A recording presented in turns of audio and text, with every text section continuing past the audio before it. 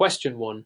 Which of the following is a primary difference between proportional and non-proportional reinsurance? A. Proportional reinsurance transfers all risk to the reinsurer, while non-proportional reinsurance only covers catastrophic events. B. Proportional reinsurance shares premiums and losses between the ceding insurer and reinsurer, while non-proportional reinsurance only shares losses. C. Non-proportional reinsurance involves a set premium that does not vary with claims, while proportional reinsurance adjusts the premium based on amount of risk. D. Proportional reinsurance provides coverage for specific perils, while non-proportional reinsurance is only used for natural disasters. Answer: B. Proportional reinsurance shares premiums and losses between the ceding insurer and reinsurer, while non-proportional reinsurance only shares losses. Explanation: Proportional reinsurance involves a sharing arrangement between the insurer and reinsurer where both the premiums and losses are shared according to a pre-agreed percentage. This helps the ceding insurer spread their risk. Non-proportional reinsurance focuses only on the sharing losses once they exceed a certain threshold, such as in excessive loss or stop-loss arrangements. The reinsurer does not receive a portion of the premiums. Instead, they only pay for losses above the agreed amount. Question 2. Mr. Thomas is the risk manager at a large insurance company in Colorado, and he is considering whether to purchase a stop-loss reinsurance contract to cover the company's catastrophic losses. The company has experienced significant rise in claims due to natural disasters in recent years. Which of the following would be the primary benefit for Mr. Thomas in purchasing stop-loss reinsurance contract? A. It would allow the insurer to share both premiums and losses with the reinsurer on proportional basis. B. It would set limit on the insurer's exposure to losses beyond certain threshold, protecting them from severe claims. C. It would cover the insurer's losses on per policy basis, allowing for coverage of individual policies. D. It would provide coverage only for specific types of risks, such as only earthquake or flood damage. Answer: B. It would set a limit on the insurer's exposure to losses beyond a certain threshold, protecting them from severe claims. Explanation: Stop-loss reinsurance is a form of non-proportional reinsurance where the reinsurer only becomes liable for losses that exceed a specific threshold. This type of reinsurance is particularly beneficial when an insurer anticipates catastrophic events, as it helps protect the company from large unexpected claims. In this case, Mr. Thomas would be able to cap the company's losses from extreme events, which is critical given the rising claims due to natural disasters. Question 3. Which of the following is true about the Colorado Department of Insurance DOI regulations on reinsurance? A. Reinsurance contracts in Colorado must be filed and approved by the DOI before they can be implemented. B. The DOI mandates that reinsurance companies must use generally accepted accounting principles (GAAP) for all reinsurance transactions. C. Captive insurance companies in Colorado are not required to report reinsurance transactions to the DOI. D. The DOI enforces specific solvency requirements that reinsurance companies meet in order to operate within the state. Answer: D. The DOI enforces specific solvency requirements that reinsurance companies must meet in order to operate within the state. Explanation: The Colorado Department of Insurance DOI regulates reinsurance companies to ensure that they maintain adequate solvency, ensuring they can meet their obligations to policyholders. These solvency requirements are designed to protect both insurers and the public. While reinsurance contracts require prior approval by the DOI, companies must adhere to solvency and financial reporting standards as part of the regulatory oversight. Question 4. Which of the following best describes the role of an actuary in the pricing of reinsurance contracts? A. An actuary determines the maximum coverage limits for reinsurance contracts based on company budgets. B. An actuary uses historical claims data and loss models to predict future loss exposures and calculate appropriate pricing for reinsurance. C. An actuary primarily negotiates the terms and conditions of reinsurance contracts between the ceding insurer and reinsurer. D. An actuary manages the claims process reinsurance companies by assessing the validity of claims.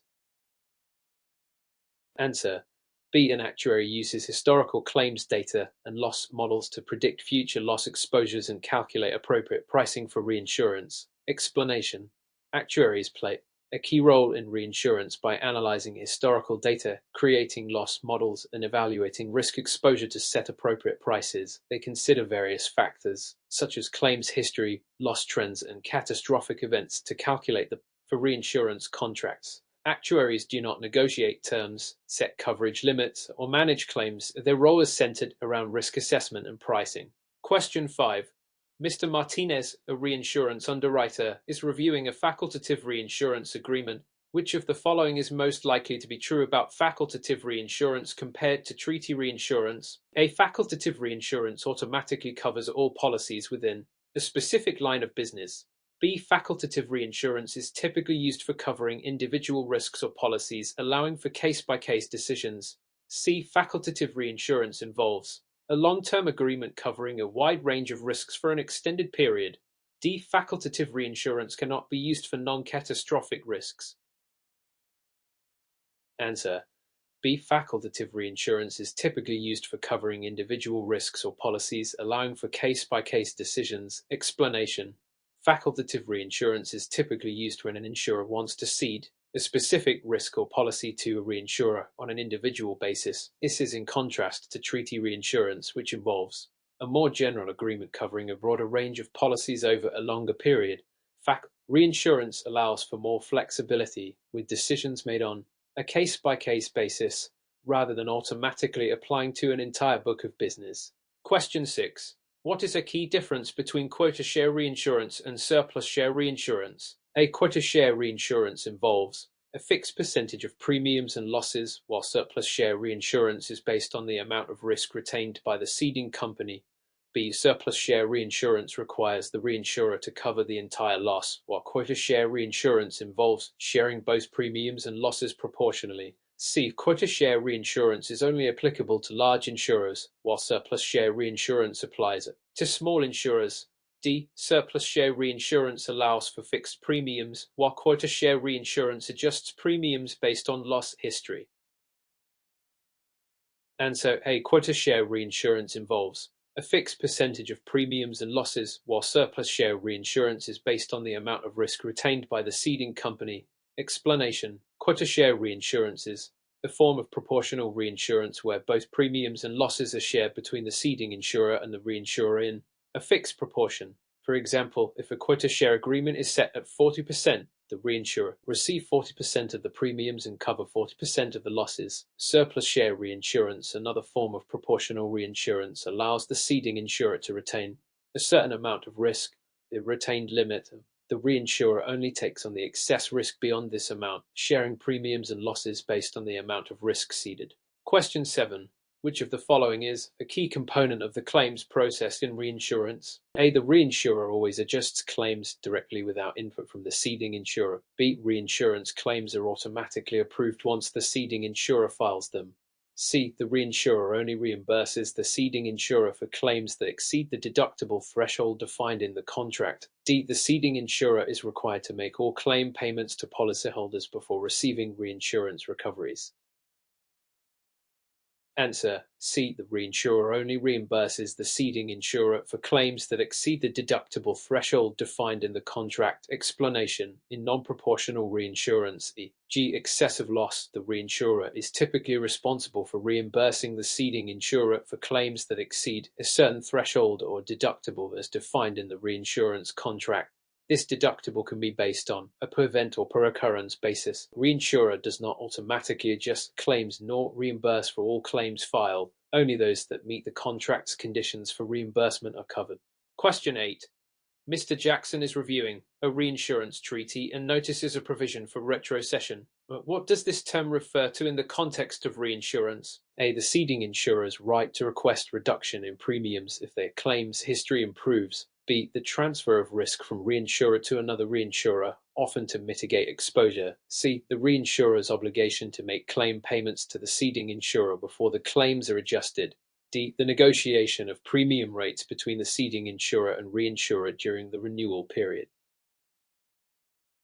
Answer: B. The transfer of risk from a reinsurer to another reinsurer, often to mitigate exposure. Explanation: retrocession is the process by which a reinsurer transfers part of the risk it has assumed from the ceding insurer to another reinsurer, thus spreading the risk further. This is often done to manage large exposures or to ensure the reinsurer does not become overexposed to certain types of risk. Retrocession is a common practice in reinsurance. particularly when the original reinsurer wants to limit its liability by sharing the risk with another party. Question 9. Which of the following is a potential challenge for reinsurance companies in the global market? A. Reinsurers have limited exposure to regulatory changes in other countries. B. Currency fluctuations and exchange rates can impact reinsurance transactions and financial reporting. C. Reinsurers are typically immune to catastrophic events in foreign markets. D. Global reinsurance companies have no need to consider local laws and regulations when conducting business in other countries. Answer: B. Currency fluctuations and exchange rates can impact reinsurance transactions and financial reporting. Explanation: in the global reinsurance market, reinsurers often deal with different currencies, which means fluctuations in exchange rates can impact the cost and value of reinsurance transactions. These currency risks need to be carefully managed to avoid significant financial discrepancies in reporting and pricing. Reinsurers are not immune to the risks associated with international markets and must account for local laws, regulations, and potential impacts of catastrophic events in those markets. Question 10. In a surplus share reinsurance agreement, which of the following best describes the role of the ceding insurer? A. The ceding insurer transfers all of its risks to the reinsurer without retaining any portion.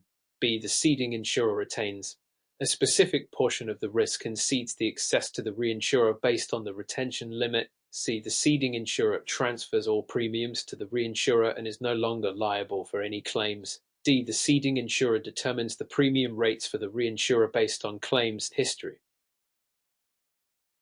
Answer: B. The ceding insurer retains a specific portion of the risk and cedes the excess to the reinsurer based on the retention limit. Explanation: in surplus share reinsurance, the ceding insurer retains a portion of the risk known as the retention limit. The reinsurer assumes liability for the portion of risk above that retention. This form of reinsurance helps the ceding insurer to manage large losses while still retaining some risk exposure. This insurer does not transfer all premiums or claims to the reinsurer. Question 11. Which of the following is a key characteristic of facultative reinsurance? A. It is a type of reinsurance that covers a broad portfolio of policies automatically.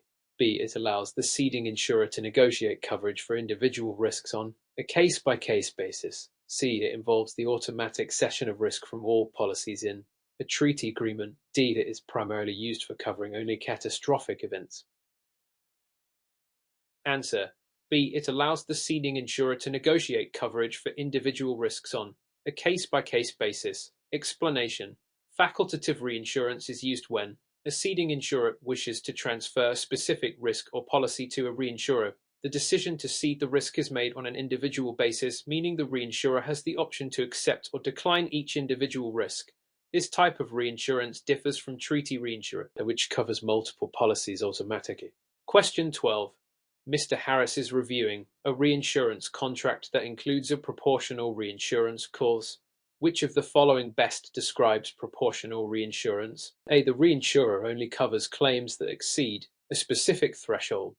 B. The reinsurer shares both the premiums and the losses in a predetermined ratio. C. The reinsurer absorbs all the claims regardless of the amount. D. The reinsurer provides coverage for catastrophic events only.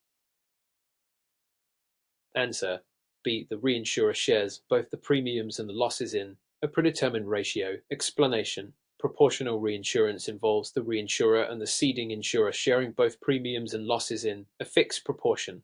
Common types of proportional reinsurance include quota share and surplus share, where the sharing ratio is agreed upon in advance. In non-proportional reinsurance, the reinsurer only covers claims that exceed threshold, which is not the case in proportional reinsurance. Question 13. Which of the following is a key feature of non-proportional reinsurance? A. The reinsurer's share of the premiums is equal to the share of losses. B. The ceding insurer retains portion of the losses up to a certain limit, and the reinsurer covers the excess. C. The reinsurer is required to accept all claims filed by the ceding insurer. D. The reinsurer and the ceding insurer share both premiums and losses in fixed percentage.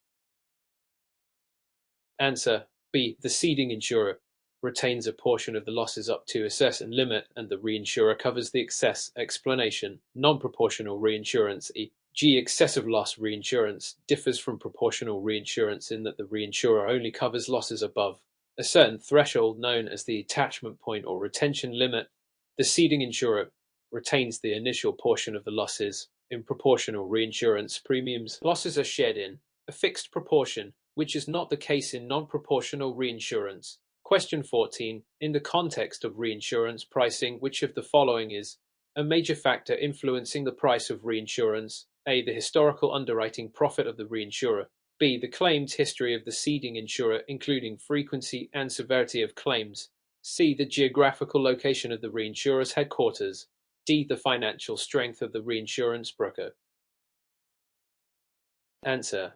B. The claims history of the ceding insurer, including frequency and severity of claims. Explanation. Claims history is a critical factor in reinsurance pricing because it directly influences the reinsurer's risk exposure. Frequent or severe claims will result in higher reinsurance costs, as the reinsurer may need to anticipate higher payouts. Other factors, such as underwriting profit or the reinsurer's location, may play a role but are secondary to claims history when determining reinsurance pricing.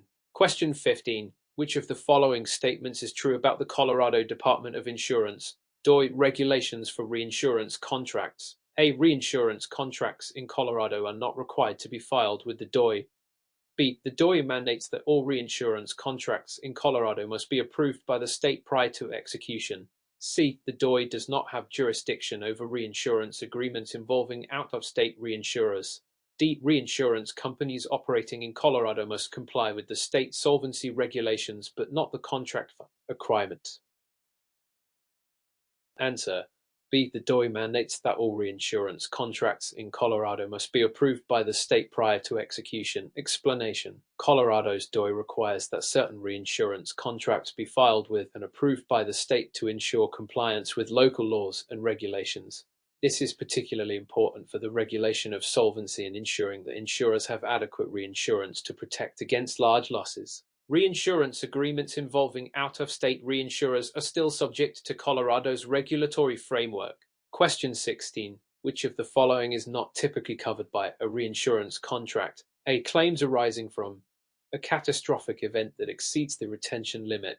B. Claims that fall below the deductible or retention limit defined in the reinsurance agreement. C. Claims from unrelated lines of business that the ceding insurer operates in. D. Claims related to an individual policy transferred to the reinsurer under facultative reinsurance.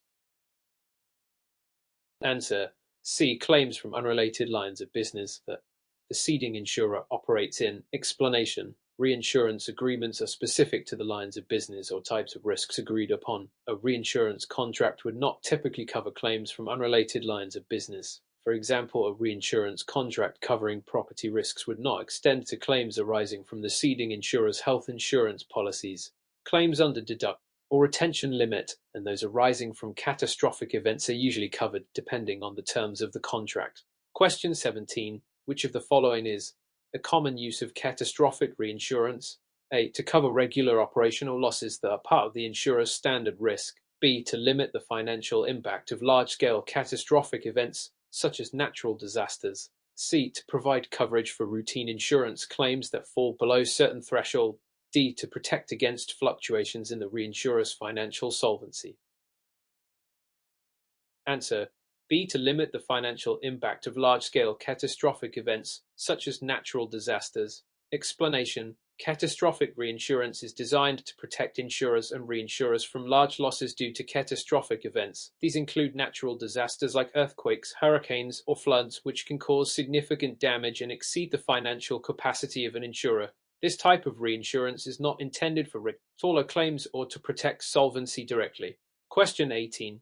In a retrocession agreement, which of the following occurs? A. A reinsurer passes part of the risk it has assumed to another reinsurer. B. The ceding insurer cancels its reinsurance contract with the reinsurer. C. The reinsurer assumes additional risks directly from the ceding insurer. D. A reinsurer agrees to cede risks without retaining any portion of the losses.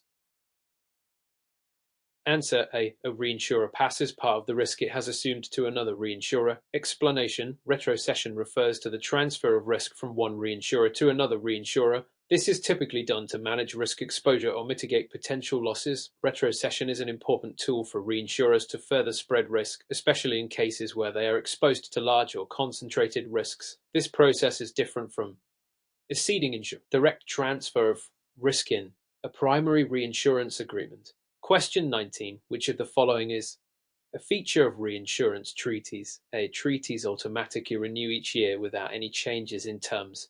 B. Treaties are specific to individual risks, similar to facultative reinsurance. C. Treaties are long-term agreements covering an entire portfolio of risks over time. D. Treaties require the reinsurer to accept only claims related to catastrophic events. Answer: C. Treaties are long-term agreements covering an entire portfolio of risks over time. Explanation: Reinsurance treaties are long-term agreements between a ceding insurer and a reinsurer. They typically cover a broad range of risks over an extended period, unlike facultative reinsurance, which is case by case. Treaties are automatically renewed unless one of the parties decides to terminate the agreement, and the terms can evolve based on negotiation. Question 20. Mr. Roberts, a risk manager, is reviewing a proportional reinsurance contract. Which of the following statements best describes how the cession of premiums typically works in a proportional reinsurance arrangement? A. The reinsurer receives the full premium and pays the ceding insurer for each claim. B. The ceding insurer retains a percentage of the premium and cedes the remaining portion to the reinsurer based on the agreed upon proportion. C. The ceding insurer pays the reinsurer based on a flat rate for each policy written. D. The reinsurer pays a fixed amount for all policies ceded, regardless of the premium.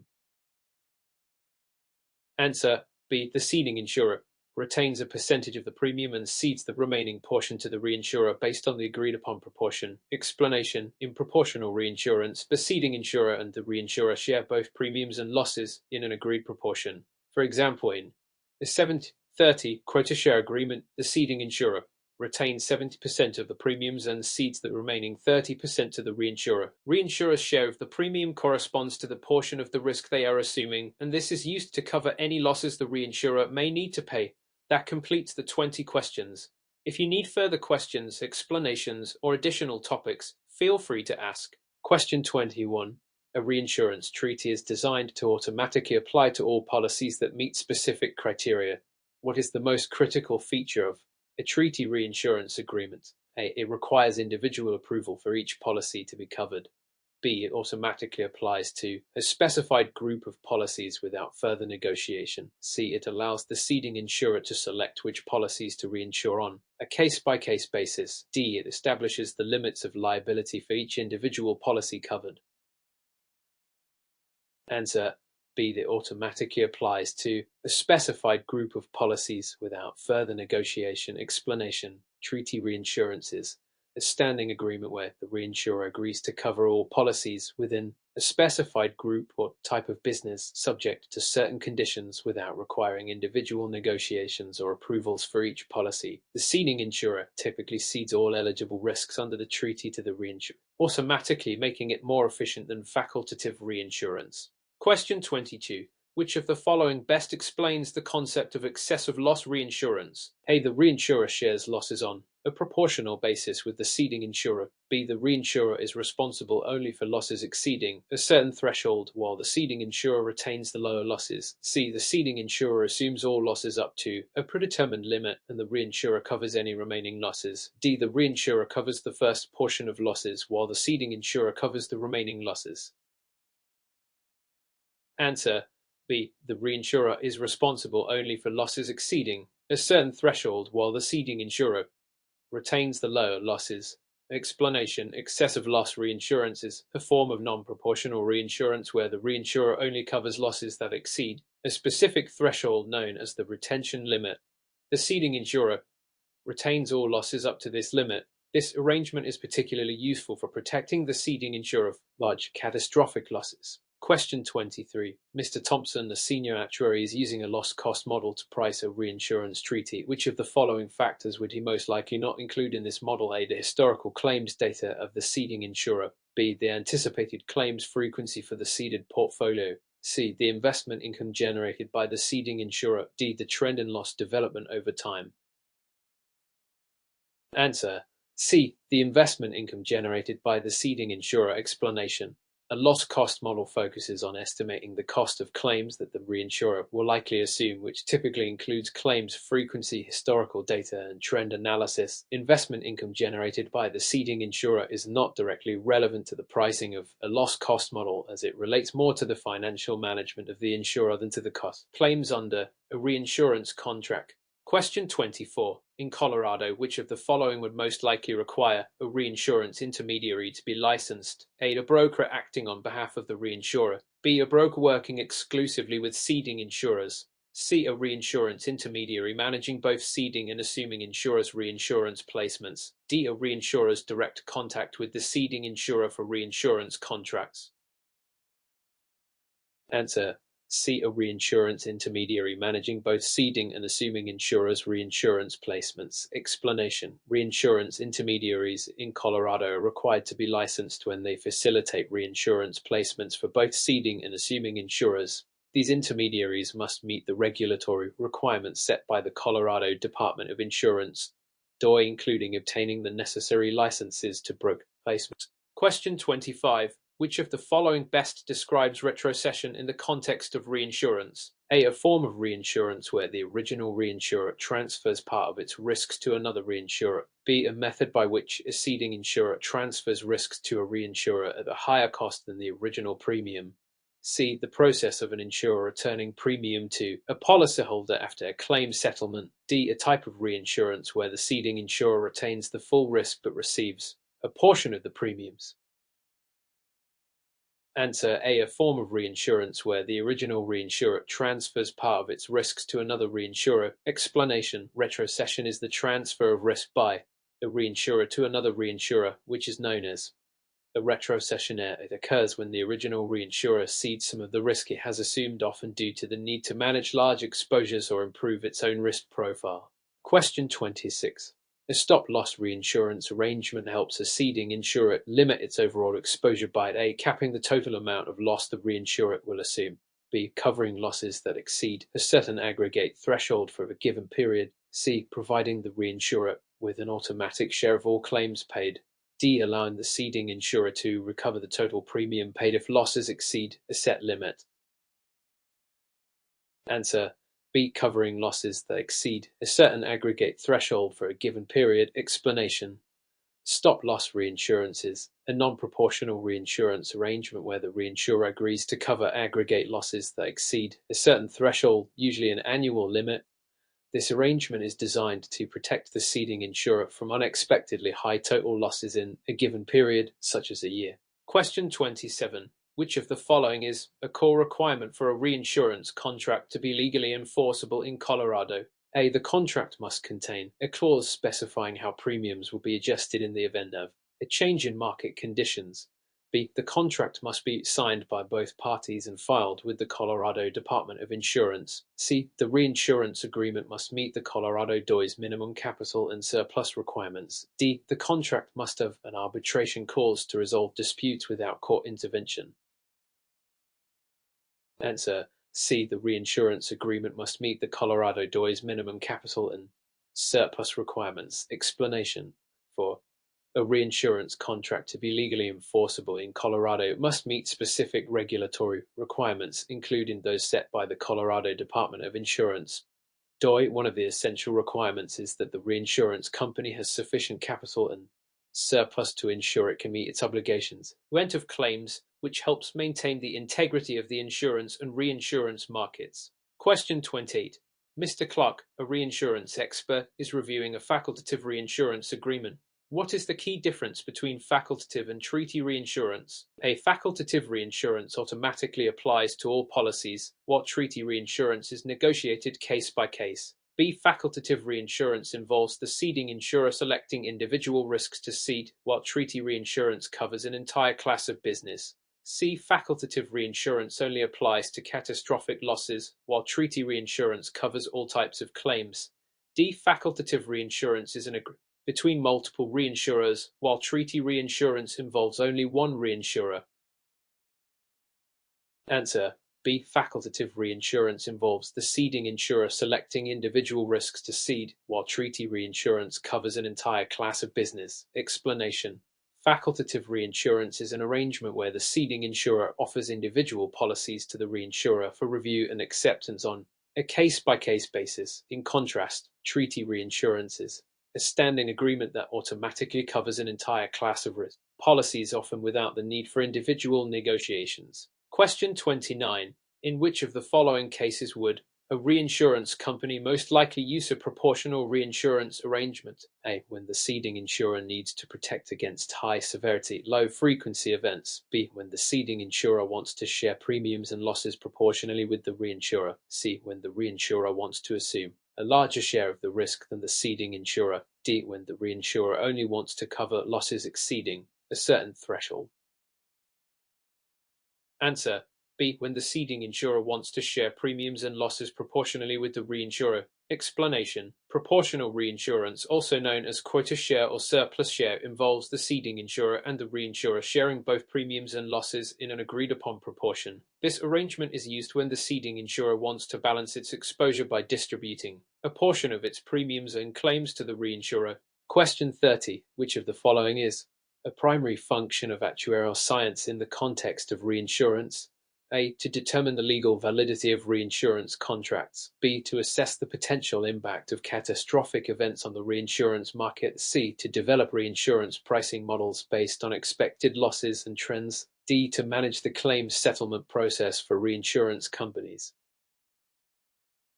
Answer: C. To develop reinsurance pricing models based on expected losses and trends. Explanation: actuarial science plays a critical role in reinsurance by using statistical and mathematical models to assess risks and develop pricing models based on expected losses, historical claims data, and future trends. Actuaries are essential in determining appropriate premium rates for reinsurance policies, particularly in non-proportional and proportional reinsurance agreements.